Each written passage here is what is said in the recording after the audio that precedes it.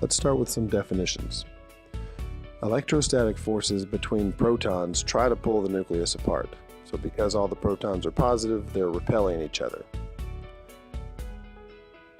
Stronger nuclear forces between protons and neutrons are what hold the nucleus together. Fusion is a nuclear reaction where two small nuclei combine into one large nucleus and release a lot of energy. So you can see in the picture where two nuclei come together, release the energy, create one large nucleus. Fusion is found in hydrogen bombs and the sun and other stars. Fission, on the other hand, is a nuclear reaction where one large nucleus is broken into multiple smaller nuclei and release large amounts of energy as well. So you can see a neutron is shot into a large nucleus and it breaks apart into several smaller nuclei and other neutrons. Fission is found in hydrogen bombs and nuclear power plants.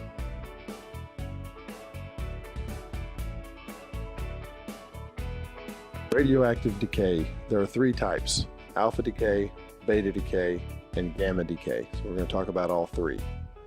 Alpha decay is going to be first. So alpha decay, you have two particles. You have an alpha particle or a helium particle. They're basically the same thing. You have your atomic number of 2 at the bottom and your mass number of 4 at the top. So there's 2 protons and 2 neutrons.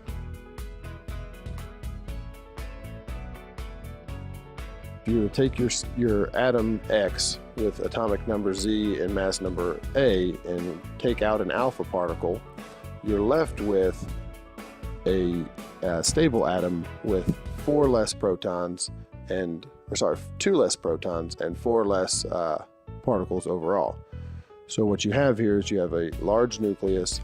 You remove the alpha particle, which is 2 protons and 2 neutrons, as you can see by the 2 red and the 2 blue particles there. And what you're left with is a smaller nuclei that has 2 less protons and 2 less neutrons.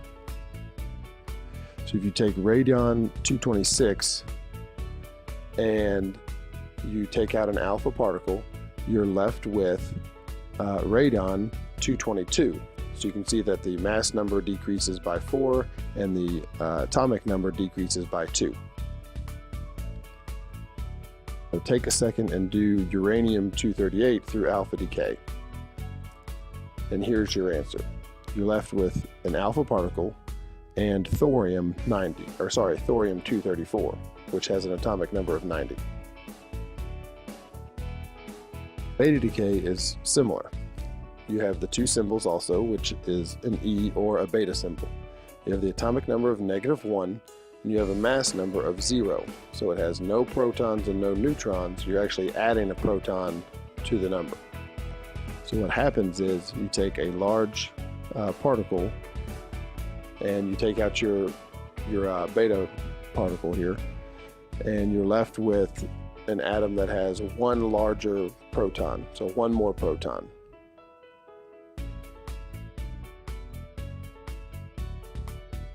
You can see from our picture here, when you take out the electron, and that's basically what's happening, is a neutron is separating into a proton and an electron, and we're removing the electron. So that's how we get 1 more proton, but no more mass.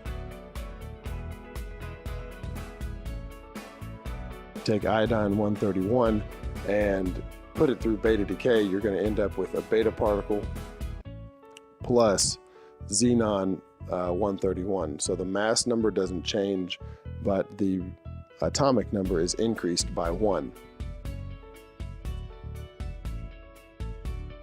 So put potassium-42 through beta decay, and this is what you get. You get your beta particle, and you end up with calcium-42. So we added a proton.